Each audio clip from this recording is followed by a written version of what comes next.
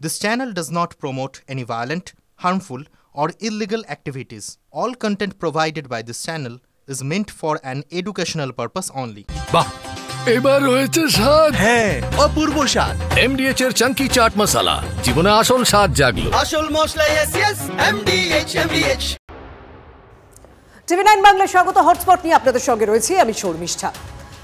যত দিন যাচ্ছে রাজ্যের একের পর এক প্রকল্প ঘোষণা হচ্ছে, আর তা নিয়ে রাজ্যের শাসক দলকে বিধতে ভুলছে না বিরোধী রাজনৈতিক দলগুলি। আর এর মাঝে কথার বহর, বোমার বহরও চলছে। এই সমস্ত খবরের আপডেট নিয়ে আজকের হটস্পট শুরু করবো। তবে আজকে হটস্পটে কোন কোন ইস্যুগুলোর দিকে নজর রাখবো চলুন সেগুলোর সঙ্গে পরিচয় করে দিই। আর যেহেতু ভোট এগিয়ে আসছে তাই রাজনৈতিক বিষয়গুলো একটু বেশিই থাকছে।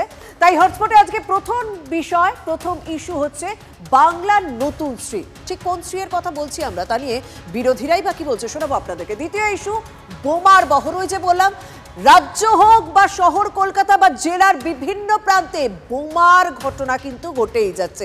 সেটা এলাকা দখলকে কেন্দ্র করে হোক, সেটা অসাবধানতায় হোক, সেটা রাজনৈতিক কারণে হোক, বোমাবাজি কিন্তু থামছে না। তৃতীয় ইস্যু সত্যি বলা পাপ। আর এইসবের মাঝে এক কাউন্সিলর দুর্নীতির বিরুদ্ধে মুখ খুললেন, ভাবলেন যে ভোটের আগে তাহলে হয়তো আমার নাম্বারটা বাড়বে, কিন্তু না, বরং মুখ খুলে তিনি বিপাকে পড়লেন। কারণ তাকে নাকি এখন খুনের হুমকি দেওয়া হচ্ছে। কোথায়, কেন, সেটা জানাবো আপনাদেরকে সবার প্রথমে। অবশ্যই আমরা ওই যে শ্রীয়ের দিকে, বাংলার নতুন শ্রীয়ের দিকে নজর রাখি। মুখ্যমন্ত্রী মমতা বন্দ্যোপাধ্যায় আজ পরিযায়ী শ্রমিকদের জন্য একটা বিশেষ প্রকল্পের কথা ঘোষণা করেছেন। যারা ফিরে আসছেন তাদের জন্য মাসিক ৫,০০০ টাকা ভাতার কথা ঘোষণা করলেন মমতা বন্দ্যোপাধ্যায়। পুনর্বাসনের ব্যবস্থাও করবে রাজ্য সরকার। পাশাপাশি পরিযায়ীদের স্বাস্থ্যসাথী এবং খাদ্যসাথী কার্ডও দেওয়া হবে। যদি মুখ্যমন্ত্রীর এই ঘোষণাকে কিন্তু কটাক্ষ করতে ভুলছেন না রাজ্যের বিরোধী দলনেতা। শুধুমাত্র যারা ফিরে আসছেন এবং বাংলার পরিযায়ী শ্রমিক যারা বিভিন্ন রাজ্যে কাজ করেন, তারা যারা ফিরে আসছেন অসহায় অবস্থা, অত্যাচারিত হয়ে, এটা নিয়ে আমরা একটা সিদ্ধান্ত নিয়েছি। এই পরিকল্পনাটার আমরা নাম দিয়েছি শ্রমশ্রী, নতুন পরিকল্পনা। যারা ফিরে আসবেন এককালীন ভ্রমণ সহায়তা সহ আমরা ৫,০০০ টাকা দেব, মানে ১ বছর।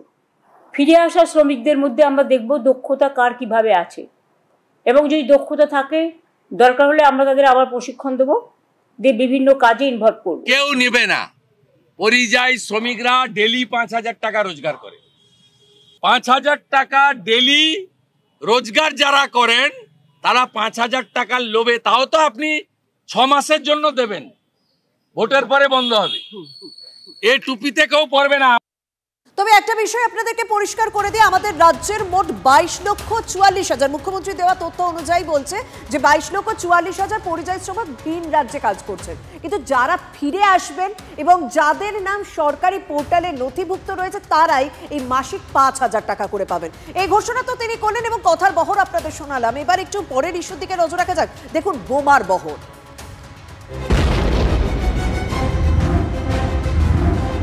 প্যানিক হওয়ারও কোনো কারণ নেই। আইনগত যা ব্যবস্থা নেওয়া সেটা নেওয়া।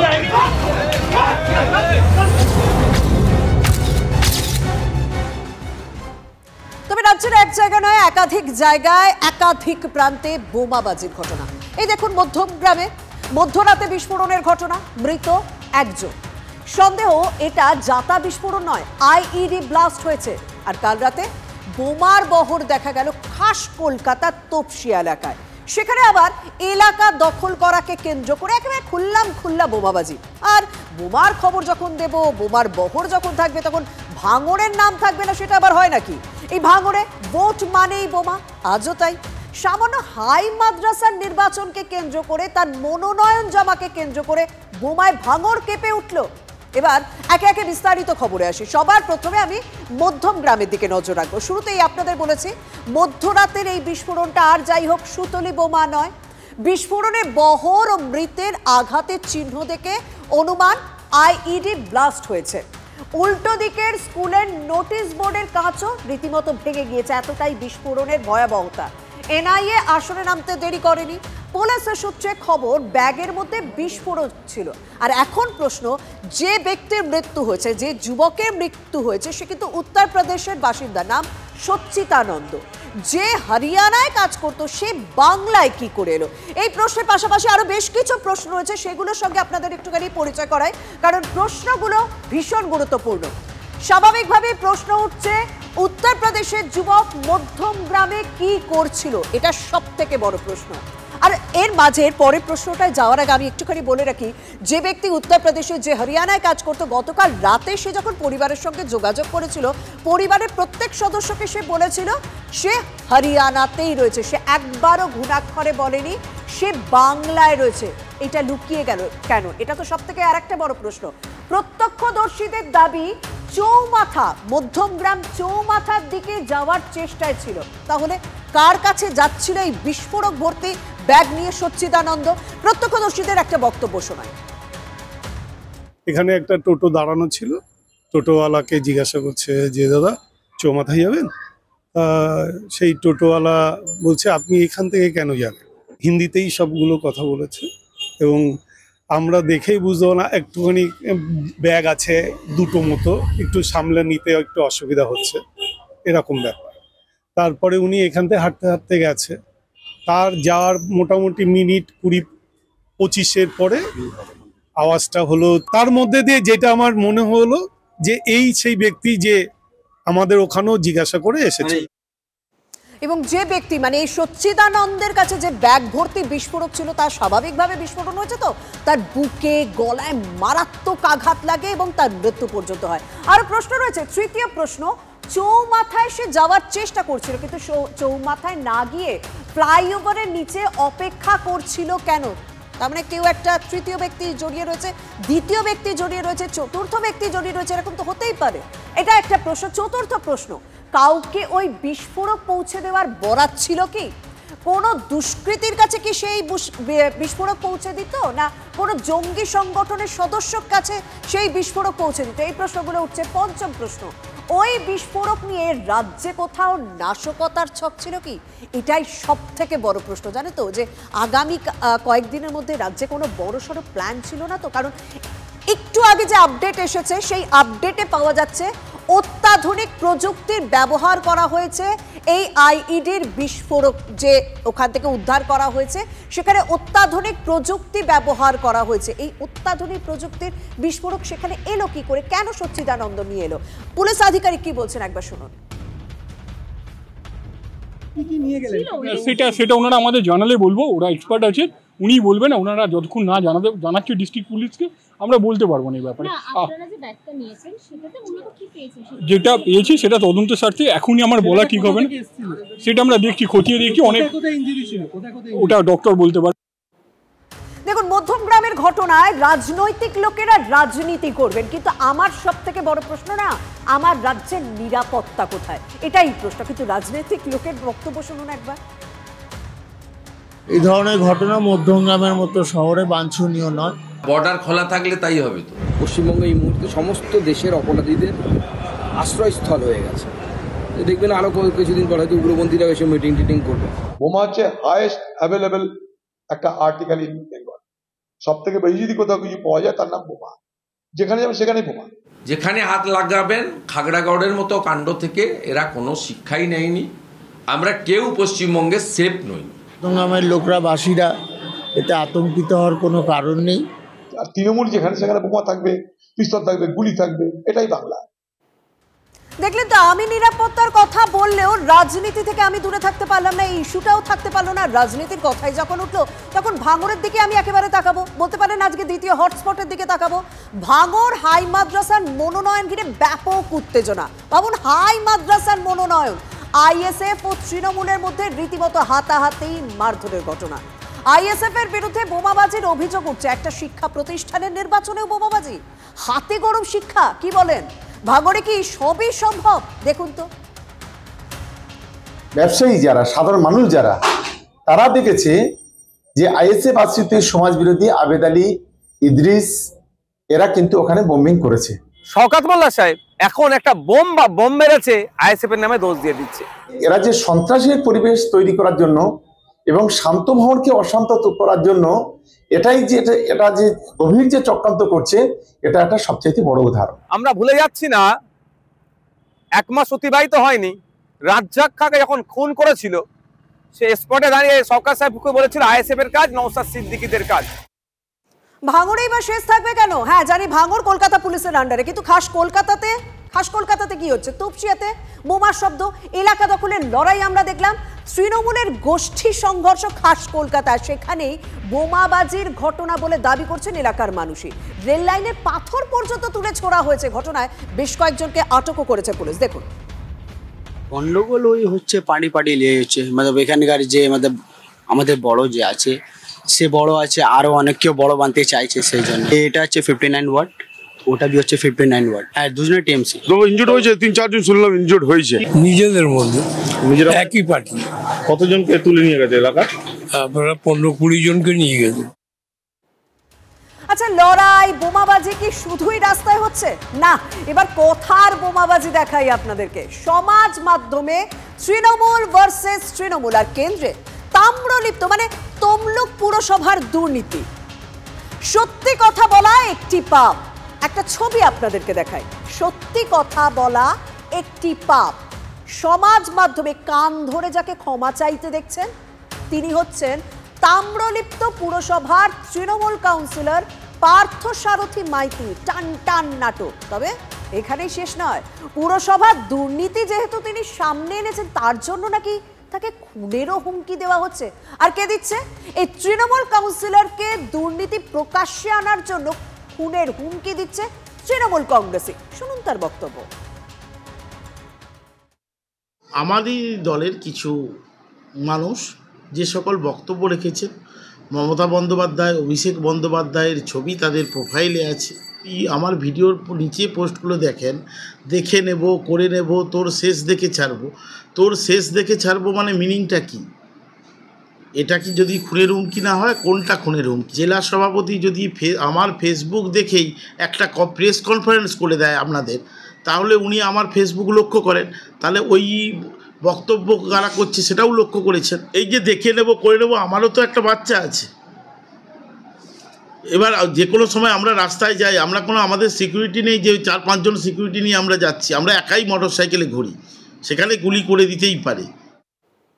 গুলি করে দিতেই পারে। খুব ভাবছেন একজন তৃণমূল কাউন্সিলর এই কথা বলছেন। রাজ্যের আইন শৃঙ্খলা যখন রাজ্যের শাসক দল মানে তৃণমূলেরই দেখার কথা। আসলে এই বিষয়টা বোঝার জন্য না আমাদের একটু পিছনে যেতে হবে। কয়েকদিন আগে এই সমাজ মাধ্যমে পোস্ট করে এই কাউন্সিলরই দাবি করেছিলেন প্রায় 2 কোটি টাকার ট্যাক্স বাকি রয়েছে এই তমলুক পুরসভায়। শুনুন। যত বড় বড় বিল্ডিং দাঁড়িয়ে আছে তারা মানে মোটামুটি তমলুক টাউনটা আপনি যদি সারা টাউনটা করেন, বেশিরভাগ নার্সিংহোম আর বেশিরভাগ ব্যাংক ট্যাঙ্ক, সেগুলো প্রাইভেট, মানে সেগুলো হচ্ছে মালিক কানায়, তারা হচ্ছে ভাড়া দিয়ে চালাচ্ছে। তাদেরই বিল মোটামুটি অনেকে 4 বছর 5 বছর দেয়। অর্থাৎ বুঝতে পারছেন, বড় বড় বিল্ডিং, বড় বড় নার্সিং হোম, তারা ট্যাক্স দিচ্ছে না। আসলে ব্যাপারটা কি বলুন তো, এই তৃণমূল কাউন্সিলর যেটা বলতে পারছে না, মানে যাদের আন্ডারে এই বড় বড় বিল্ডিং এবং নার্সিং হোম খোলা হয়েছে, সেই না ব্যাপারটা কিন্তু স্পষ্ট করে বলে দিলেন বিজেপি কাউন্সিলর। শুনুন তার বক্তব্য। তমলুক শহরে নার্সিংহোমগুলো চলে, তিনি মূলত দেখবেন যে কোনো মানে নামে অনামে তৃণমূল নেতার নামেই আছে নার্সিংহোমগুলো। তারা কিন্তু করে খাচ্ছে। আর এই নার্সিংহোমগুলো চালানোর জন্য এত ব্যাগাচির মতন তমলুক শহরে নার্সিংহোম হয়েছে, তারও নির্দিষ্ট কোনো প্রোটোকল নেই যে যেরকম পাচ্ছে নার্সিংহোমগুলো করছে। তো সেক্ষেত্রে তাদের হোল্ডিং ট্যাক্স হিউজ জমা পড়ে আছে। আর যাদের আড়ালে থেকে এগুলো হচ্ছে তারা কিন্তু সেই তৃণমূলেরই নেতারা, ওই নার্সিংহোমের মালিক বা নামে বেনামে ওরাই চালাচ্ছে। অর্থাৎ এদের বিরুদ্ধেই মুখ খুলেছিলেন এই তৃণমূল কাউন্সিলর পার্থসারথী। আর যে কারণেই তাকে নাকি হুমকি দিচ্ছে তৃণমূল কংগ্রেসী, রাজ্যের শাসক দলের কাউন্সিলরকে হুমকি দিচ্ছে শাসক দলের নেতারা। এবারে বুঝতে পারছেন নিশ্চয়ই আমি কেন তৃণমূল বনাম তৃণমূল বলছি। আর এখানেই পূর্ব মেদিনীপুরে তৃণমূলের অন্দরে রীতিমতো ছন্দপতন। তবে তৃণমূল কাউন্সিলরের এই খুন হয়ে যাওয়ার আশঙ্কার বিষয়টিকে কিন্তু পাত্তা দিতে নারাজ জেলা তৃণমূল নেতৃত্ব। কাউন্সিলর পার্থসারথী মাইতি সোশ্যাল মিডিয়াতে যা করছেন সেটা দলের নীতি আদর্শের বাইরে করছে। দল ইতিমধ্যে ব্যবস্থা গ্রহণ করার নির্দেশ দিয়েছে, কয়েকদিনের মধ্যে আপনারা জানতে পারবেন। এভাবে তিনি তার যা বক্তব্য দলের কাছে বলবেন, দলের নেতৃত্বদের কাছে বলবেন। সোশ্যাল মিডিয়া, ফেসবুক বা হোয়াটসঅ্যাপ তৃণমূল কংগ্রেসের প্ল্যাটফর্ম নয়, কারোর বিরুদ্ধে অভিযোগ করার নয়। পৌরসভার সামগ্রিক যে ব্যর্থতা, তমলুক পৌরসভায় যে পৌরসভাটা চলছে তার যে প্রধান, তার যে সামগ্রিক ব্যর্থতা, সেই সামগ্রিক ব্যর্থতাকে ঢাকার জন্যে তিনি তার নিজস্ব পেটুয়া লোকদেরকে নিয়ে এই সমস্ত সমাজ মাধ্যমের ওয়ালে প্রচার করছেন, যেটা সত্যি খুব নিন্দনীয়। আর এই তৃণমূল বনাম তৃণমূলের রাজনীতির ফায়দা লুটছে বিজেপি। শুনুন তার বক্তব্য। মানে ঘন্টায় ঘন্টায় তৃণমূল কংগ্রেসের দুর্নীতি, পৌরসভা কেন সমস্ত সরকারি দপ্তরে দুর্নীতি। তো এটা তো পার্থসারথী মাইতি বলে ফেলেছেন, উনি থাকতে পারেননি। এরকম অসংখ্য পার্থসারথী মাইতি আছে, তারা আস্তে আস্তে এরকম বলতে শুরু করবে, এই দলটা শেষ হয়ে যাবে। যে পুরসভার দুর্নীতি প্রকাশ্যে আনার পর এত পরিস্থিতি উত্তপ্ত, টানটান নাটক চলছে, সেই পুরসভার পুরো প্রধানের সঙ্গে কিন্তু আমরা যোগাযোগ করেছিলাম। তার বডি ল্যাঙ্গুয়েজ দেখুন, তিনি কিন্তু কোনো রাজনৈতিক চাপানুত্তরে ঢুকতেই চাইছে না, তিনি বরং একটু গা ঝাড়া এবং কোথাও একটু তিনি আইনের কথাই বলে দিচ্ছেন। শুনুন তার বক্তব্য। পৌরসভা বিভিন্নভাবে নোটিশ করেছে, কেউ কেউ টাকা দিয়েছেন, কেউ কেউ টাকা দেননি। তো আমরা আবার নতুনভাবে তাদেরকে নোটিশ করা হবে এবং তারা যদি টাকা না দেন সেরকম ক্ষেত্রে আইনানুগ যে ব্যবস্থা, সে ব্যবস্থা গ্রহণ করা হবে। রাজ্যের রাজনৈতিক নাটক চলেই যাচ্ছে, আরো নাটক বাড়বে, আরো বাড়ছেও। সেই সমস্ত খবরের আপডেট দেবো, তবে সময় হয়েছে একটা বিরতি। ফিরে আসছি বিরতির পর, সঙ্গে থাকুন। সাড়ে 8 ঘন্টা পর মুক্তি চাকরিহারা শিক্ষক সুমন বিশ্বাসের। রাজ্য সরকার ভয় পেয়ে অপহরণ করেছে, এভাবে দমিয়ে রাখা যাবে না, আন্দোলন চলবে। মুক্তির পর সুর চড়িয়ে দাবি সুমন বিশ্বাসের। বিরোধী দলনেতা শুভেন্দু অধিকারী সহ সব রাজনৈতিক দলকে তাদের পাশে থাকার আবেদন জানিয়েছেন তিনি। এসএসসি অভিযানে অশান্তির পরিকল্পনা করার অভিযোগে আদি সপ্তগ্রাম স্টেশন থেকে সুমনকে আটক করা হয়। বিধাননগর পুলিশ তাকে আটক করে, পরে 8.5 ঘন্টা পর তাকে মুক্তি দেওয়া হলো। অন্যদিকে চাকরিহারা শিক্ষক রেজাউল হকের জামিন মিলল। আরজি মঞ্জুর বিধাননগর আদালতের। চক্রান্তের অভিযোগে চাকরিহারা শিক্ষককে গ্রেপ্তার করা হয়। চাকরিহারা শিক্ষকদের গ্রেপ্তারিতে প্রশ্নে উঠছে পুলিশের ভূমিকা। এটা শুধুমাত্র আমাদের আন্দোলনটাকে ভেঙে দেওয়ার কৌশল, এগুলো সব সরকারি চাল। আমাকে কণ্ঠরোধ করার জন্য আমাকে হাইজ্যাক করা হলো। আমাকে দুজন, আমি আবারও বলছি, 3 জন সিভিল ড্রেসে তুলে নিয়ে ওখানে চলে যায়। তারপরে তারা নিজেরা প্রাইভেট কার করে ছাই ছাই করে নিয়ে এসে এই ব্রিজে পুলিশের গাড়ি থাকে, সেই গাড়িতে তারা তুলে দেয়। কমিউনিকেশন হয় তাদের মধ্যে। আরো তীব্রতর আন্দোলন হবে, দুর্নীতির বিরুদ্ধে আপসীন ধারার লড়াই হবে। তাতে জীবন যেখানে খুশি চলে যায়, চলে যাক, কারণ আজকে মৃত্যুর মুখ থেকে ফিরে এসেছে। অবশ্যই রাজ্য সরকার 100% ভয় পাচ্ছে। এক ভিডিও, ওখানে একটা চ্যাংড়া অফিসার আছে অনিশ বলে, ওই চ্যাংড়া অফিসারের কুকীর্তি এটা। সুমন বিশ্বাস এ কাজ করতে পারে না।